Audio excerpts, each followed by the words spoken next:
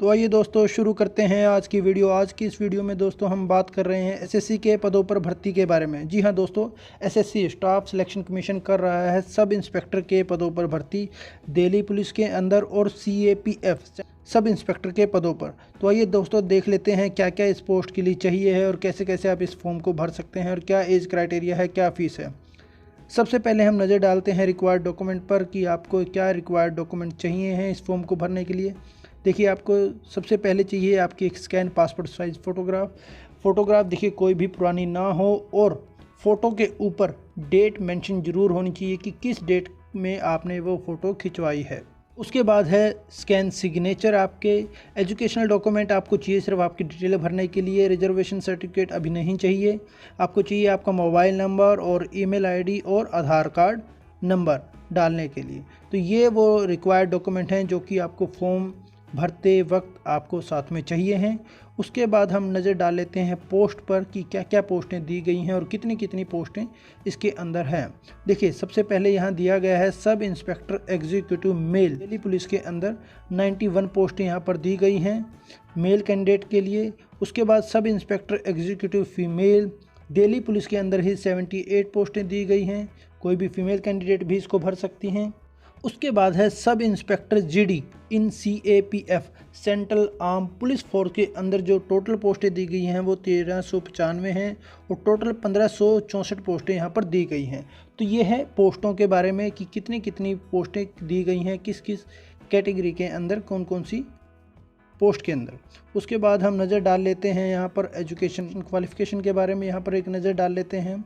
देखिए, education qualification यहाँ पर दी गई है कि एजुकेशन क्वालिफ़िकेशन एज ऑन 1 जनवरी 2021, 1 जनवरी 2021 के अनुसार आपकी जो एजुकेशन क्वालिफ़िकेशन वो पूरी होनी चाहिए। देखिए, यहाँ पर sub inspector executive mail Delhi police के अंदर उसके लिए जो आपको रिक्वायर्ड एजुकेशन है वो है graduation in any stream from a recognize university with driving license. देखिए, आपके पास LMV लाइसेंस होना चाहिए, लाइट मोटर व्हीकल का ड्राइविंग लाइसेंस होना ज़रूरी है अगर आप दिल्ली पुलिस के अंदर मेल सब इंस्पेक्टर के लिए अप्लाई कर रहे हैं। उसके बाद नज़र डाल लेते हैं सब इंस्पेक्टर एग्जीक्यूटिव फीमेल के लिए। यहाँ पर देखिए ये दी हुई है, इसके लिए सिर्फ आपको ग्रेजुएशन चाहिए। कोई भी फीमेल कैंडिडेट जिसने ग्रेजुएशन की हुई है वो सब इंस्पेक्टर एग्जीक्यूटिव फीमेल के लिए अप्लाई कर सकते हैं। उसके बाद बात करते हैं हम sub inspector GD CAPF central arm police force के अंदर। तो किसी भी स्ट्रीम में अगर आपने ग्रेजुएशन की हुई है तो आप इसको अप्लाई कर सकते हैं। उसके बाद देखिए यहाँ पर एक नोट दिया हुआ है NCC के रिगार्डिंग। अगर कोई भी कैंडिडेट जिसने NCC की हुई है, चाहे उसके पास A सर्टिफिकेट हो, B सर्टिफिकेट हो या C सर्टिफिकेट हो, तो वो फॉर्म के अंदर अपने NCC सर्टिफिकेट का रेफरेंस ज़रूर दे, उसके अलग से उसे मार्क्स मिलेंगे। तो अगर किसी के पास NCC है तो वो उसके बारे में ज़रूर बताए। देखिए, एज जो मांगी गई है वो मांगी गई 1 जनवरी 2021 के अनुसार कि आपकी एज कितनी होनी चाहिए। मिनिमम जो एज मांगी गई है वो है 20 साल और मैक्सिमम जो एज मांगी गई है वो 25 साल। और एज रिलैक्सेशन भी है। देखिए, एज़ पर गवर्नमेंट रूल्स जो भी कैटेगरी वाइज अगर आप किसी रिजर्व कैटेगरी में फॉल करते हैं तो आपको एज भी मिलेगी। जैसे कि अगर हम देखें OBC कैटेगरी में 3 साल की छूट मिलती है, SC और ST कैटेगरी में 5 साल की छूट मिलती है। उसी तरह जो भी गवर्नमेंट के रूल हैं आपको रिजर्वेशन ज़रूर मिलेगी एज पर आपका सोशल कैटेगरी। और उसके बाद हम बात कर लेते हैं। और अगर आप एज में ये देखना चाहें कि आप अभी कितनी एज में हैं या कितनी एज आपकी हुई है तो आप इस चीज़ से अंदाज़ा लगा सकते हैं कि जो आपका जन्म है वो 2/1/1996 बाद होना चाहिए और 1/1/2001 से पहले होना चाहिए। तो आप इसके साथ अच्छे से अंदाज़ा लगा सकते हैं कि आपकी एज कितनी है। और उसके बाद हम बात कर लेते हैं डेट्स की, जो इम्पोर्टेंट डेट्स इन्होंने दी हुई है। जो एप्लीकेशन फॉर्म शुरू है वो हुए हैं देखिए 17 जून 2020 से और जो लास्ट डेट है वो है 16 जुलाई 2020। फ़ीस की जो लास्ट डेट है वो है 18 जुलाई 2020। उसका एग्ज़ाम होगा वो होगा 29 सितंबर 2020 में। और इसी तरह इंपॉर्टेंट डेट्स पर एक अच्छी से नज़र डाल लेते हैं हम अच्छी तरह से देखकर कि क्या है कि जो फॉर्म शुरू हुए थे वो हुए थे 17 जून 2020 से। और जो फॉर्म की लास्ट डेट है कि आप कब तक इस फॉर्म को अप्लाई कर सकते हैं, भर सकते हैं, वो कर सकते हैं आप 16 जुलाई 2020 रात के 23:30 तक, मतलब 11:30 बजे तक आप इस फॉर्म को अप्लाई कर सकते हैं। और अगर कोई कैंडिडेट ऑनलाइन फ़ीस भरना चाह रहा है तो वो 18 जुलाई 2020 रात के 11:30 बजे तक फ़ीस भी भर सकता है। अगर कोई ऐसा कैंडिडेट है जिसके पास ऑनलाइन पेमेंट करने का ऑप्शन नहीं है तो वो 20 जुलाई 2020 तक अपना चालान ज़रूर जनरेट कर ले ताकि वो बैंक में जमा करवा पाए।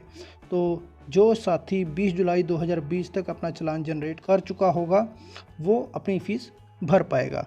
उसके बाद देखिए यहाँ पर जो ऑनलाइन फ़ीस की डेट दी थी इन्होंने 18 जुलाई दी थी, लेकिन जो अगर आप बैंक में फ़ीस जमा करवा रहे हैं तो आप 22 जुलाई 2020 तक अपनी फ़ीस को जमा करवा सकते हैं चालान के द्वारा, लेकिन ये ध्यान रखें बैंकिंग आवर्स में ही आप जमा करवा पाएंगे। उसके बाद है जो हमारा कंप्यूटर बेस्ड एग्ज़ाम होगा, CBT जिसको हम बोलते हैं कंप्यूटर बेस्ड एग्जामिनेशन, वो 29 सितंबर 2020 से लेकर 5 अक्टूबर 2020 तक होगा। सभी का ही डेट वाइज अलग अलग रहेगी कि किसका किस दिन होगा।